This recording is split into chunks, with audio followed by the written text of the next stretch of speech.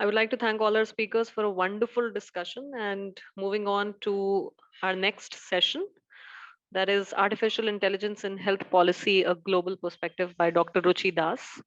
Dr. Das is an award winning clinician and a highly valued public speaker. She has dedicated over a decade leading groundbreaking innovations to improve health outcomes and strengthen the health systems. Dr. Das is the managing director at Health Cursor Consulting Group and is regarded as one of the leading global innovators and business minds in the healthcare IT and analytics sector. She is celebrated for her roles as a thought leader, writer, researcher, and for her evangelism in the healthcare and pharma industry. Her writing focuses on technology, policy, health economics, and outcomes, commercialization of digital businesses, and translational research. Dr. Das influences public policy through advocacy and advises government, non government, and industry partners throughout the world on leveraging advanced digital technologies to transform healthcare delivery. She got recognized as one of the top 10 impactful technology leaders by Information Week. Recently, she was voted as one of the most influential women in health IT in the world by Fierce Healthcare. We would welcome Dr. Das, and I would hand over it to you. So good morning, everybody from London. As we talk today about this important topic of artificial intelligence and health policy, the UK government yesterday has released international a dialogue and national standards on algorithmic transparency. It's one of the first of its kind in terms of algorithmic transparency and has been a great boost for developing public trust in artificial intelligence. Why we are even talking about artificial intelligence and policy in the same breath. You would realize that in the last few years, digital transformation has been led by artificial intelligence, and so much so that today, any of the large digital transformation project, it's impossible to lead it without the use of AI tools. A recent report that was published by Markets and Yahoo Finance says that digital transformation market is going to rise from 521 billion today to around 1270 billion by 2026, which is a CAGR growth of 19.1%. And hence, when there is this faster development and rollout of AI tools happening across the globe, and also especially in the healthcare industry, it is important that public policy is refined and defined on a continuous basis to build public trust. So artificial intelligence has now become the new edge, the new frontier of digital transformation.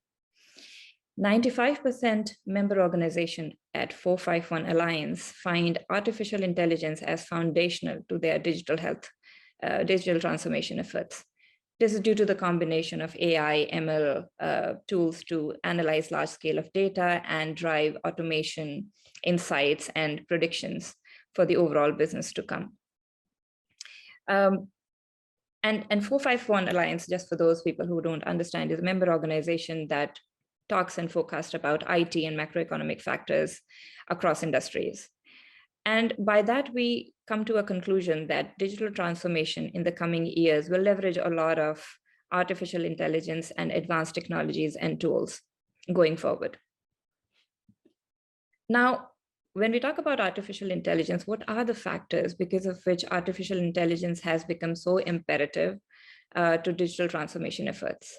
So first is access to sophisticated, fast and cost-effective computing processing tools, hardware, software applications, availability of large, which is big data sets, and not just big, but continuous longitudinal data sets generated by digital efforts worldwide and technologies like Internet of Things. Availability of open source coding resources, user groups and the user know-how, online communities that are driving adoption of AI across the globe. I used to be a part of a big data analytics startup in healthcare, where we used to risk stratify population at large into cohorts of high, medium, and low risk, and then study patterns, correlations, and predict next disease prognosis, and even relapse and readmissions. And some of these tools then become very, very powerful for the preventative care as well, and to develop and design programs around outreach and intervention. However, when we talk about artificial intelligence, if you Google the World Wide Web, you will read a lot around risks.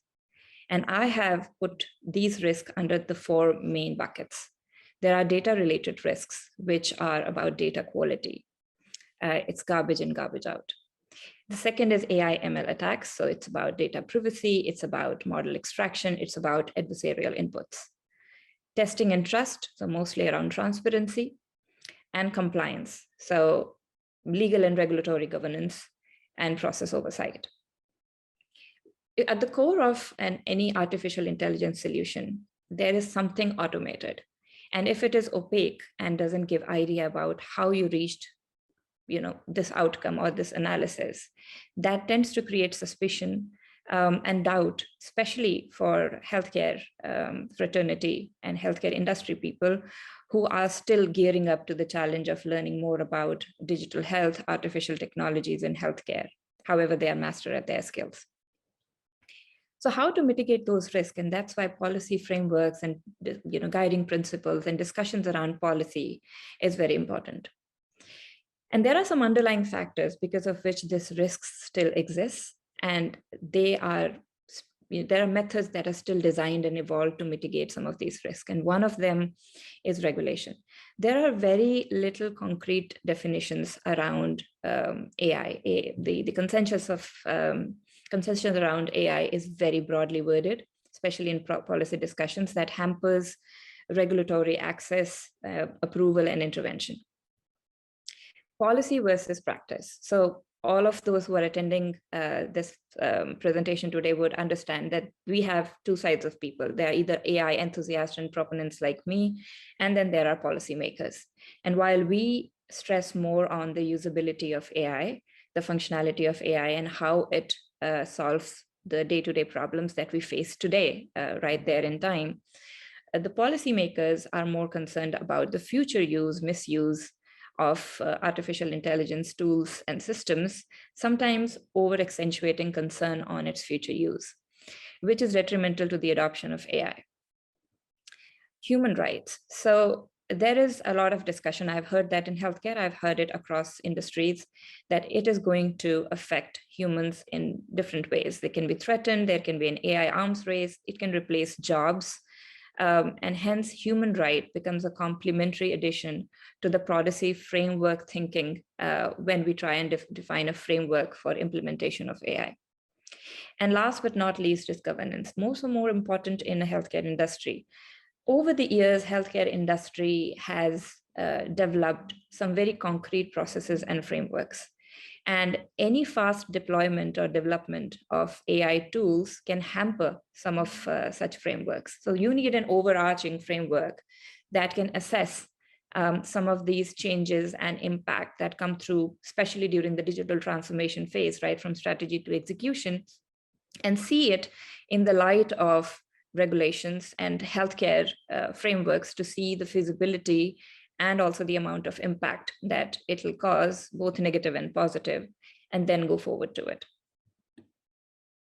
So when we talk about recommendations for policy framework and implementation, the first thing we talk about is multi-stakeholder collaboration, so that we can look at AI tools from social, ethical, legal, regulatory, human rights, and organization fitment angle, and give the divide between policy and practice. There is an interesting paper written by David Brands on how today's CEO need to be equipped with digital skills if they want to move forward. BCG published a study that says 80% of companies last year fast-paced their digital transformation efforts, but 70% of them failed to reach the objective they have set for themselves. Another study, which talks about around 2,000 companies that involved digitally skilled and competent people, outperformed more than 48% in terms of revenue impact and market valuation. And this has been published in Sloan Management Review, which is available publicly. So what some of these things tell us is multi-stakeholder collaboration, education is very, very important for making sure that digital transformation efforts that are led by AI tools go smooth and reach the overall objective that they have set themselves for. The second is facilitating digitalization efforts and funding R&D efforts. So public and private sectors both should pool in money to make sure that R&D efforts are top-notch and there is a continuous efforts made in R&D. For digitalization efforts also, we have to provide equitable resources across regulatory as well as industry partners, and also incentivize them. And you can incentivize them as tax credits, and both profit and non-profit organizations should be encouraged to build research around evidence-based validation and transparency, and everything that is not transparent, opaque, discriminatory, or biased should be flagged out. Oversight management, this is the most important part when we talk about recommendations. Safety and efficacy of AI is contingent upon a very well thought out risk management strategy and process. And hence, right at the time of development, right at the time of design and deployment, you have to think of how are you going to handle certain risks and challenges and make sure that it comply to the overall AI guideline and framework in an ethical way, in a legal way, and to make meaningful impact to the organization as well as to the user. And then the top part of it, which is the structure, quality structure, an ideal AI quality structure should be explainable. So it should be transparent, it should be auditable, it should be human-centric, it should augment human capabilities. And at the same point in time, it should be there right at the time of design, deployment, as well as development. So when you talk about policy recommendation, these are the three things we always talk about: the education, the benchmarking and best practices, and the ethics and accountability. So in this room full of delegates, if I give technological resources to one half and education to another half, that uneven distribution will hamper the adoption of AI and access to AI resources equitably. So there is, for voluntary adoption and standard compliance, it is important that we facilitate efforts like we publish research studies, we publish best practices, we discuss some of these things across user groups. So companies like Microsoft, Accenture have joined partnerships for AI, where they discuss about researches and best practices and how to build forward and constantly engage, making some of these tools, models, and framework future ready and aware about future risks.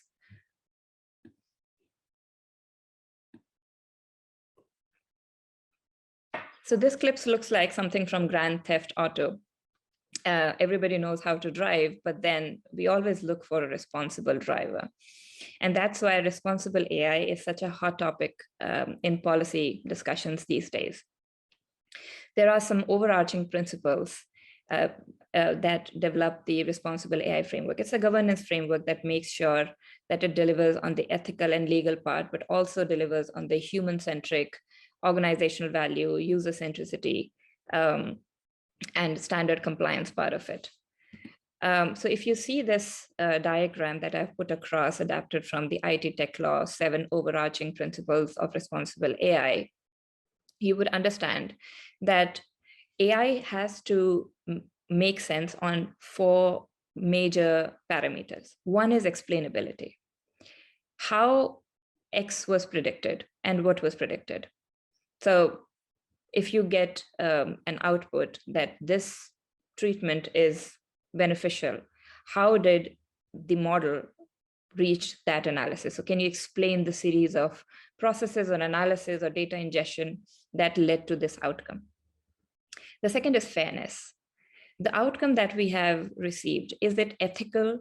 Is it equitable? Is it fair to all user groups, or is it biased or discriminatory towards one? A good example could be a health insurance company denying insurance to people who they feel would take a claim, or who are sick, or increase the premium of those people who do not follow their health parameters. So is it more biased or discriminatory rather than inclusive?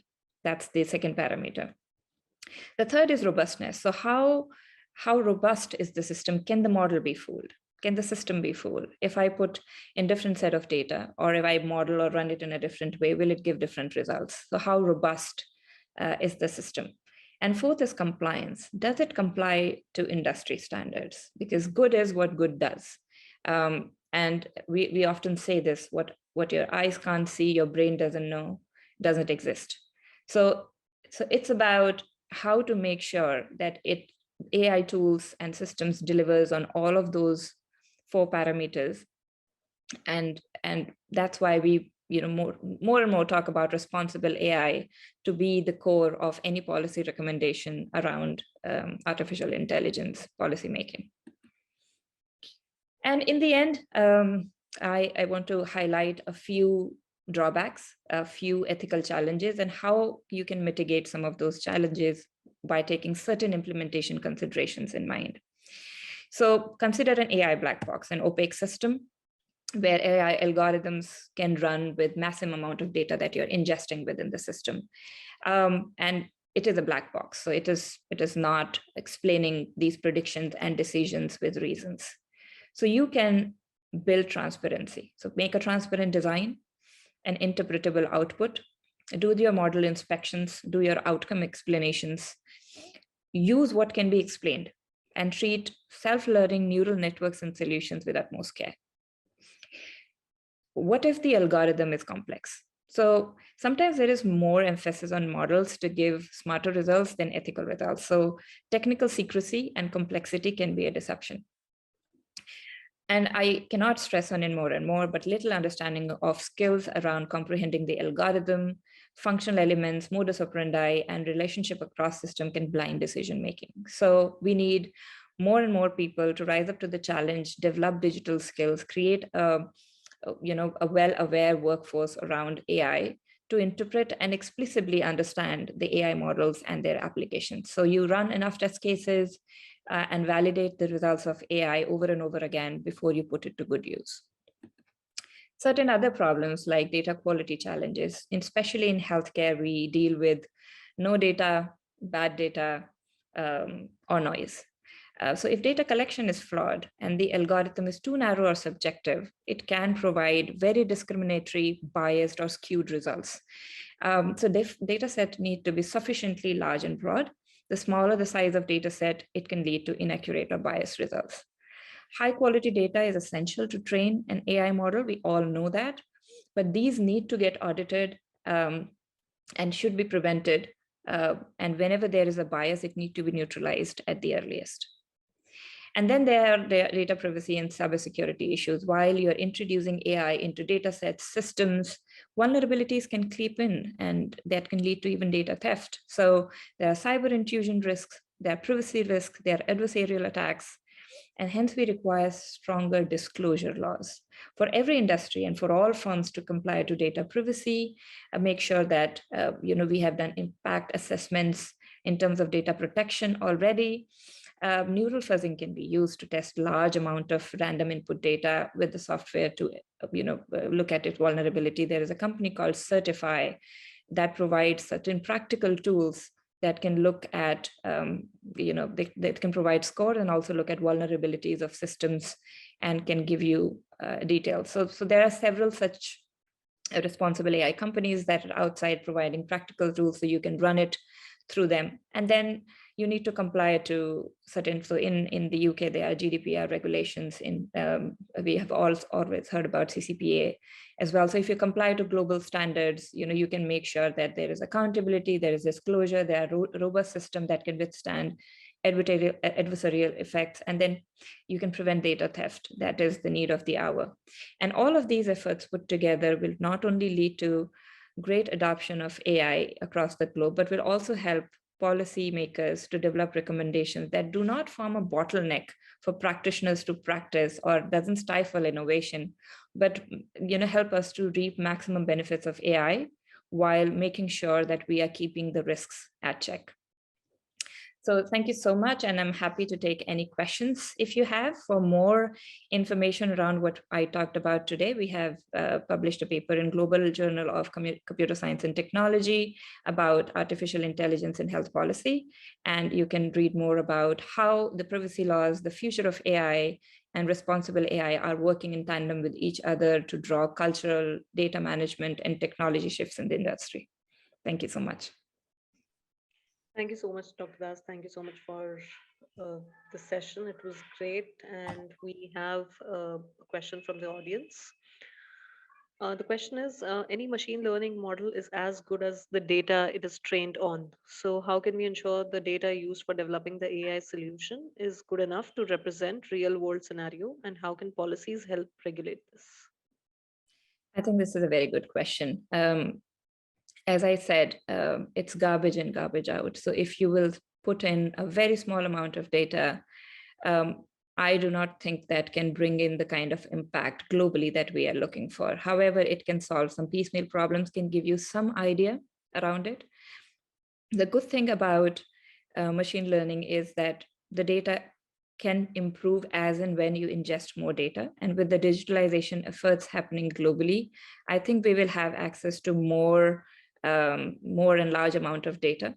In healthcare, we particularly look for, as a clinician, I particularly look for longitudinal data to derive insights and to make any predictions. So any small amount of data might not do that. But what we also do for certain small solutions is that we recreate the crime scene. So I'll explain that with an example. So for example, we have data of a person's prescription, and we have the discharge summary, and we have some fundamental details about the patient which are anonymized. We can, looking at the medicines and lab tests and other things, we can pretty much predict that, okay, this person would have been admitted for a urinary tract infection, would have been, advised this kind of stay, this kind of medication, that would have been discharged on this, and then, repopulate that data which is missing at this point in time. So by recreating a lot of data, by normalizing a lot of data, and then running it through machine learning system, a lot can still be achieved when we are struggling with very little amount of data. But as I mentioned earlier, the data set need to be very broad for any meaningful long-term outcome to come in. Thank you so much for answering the question. And I think we will forward any more questions from audience to your email, and maybe you can answer those and we can put it in the chat box. Thank you so much for taking time out to speak at the summit. It was Thank great you so hearing. much for such lovely sessions, and thank you for having me. Bye for now.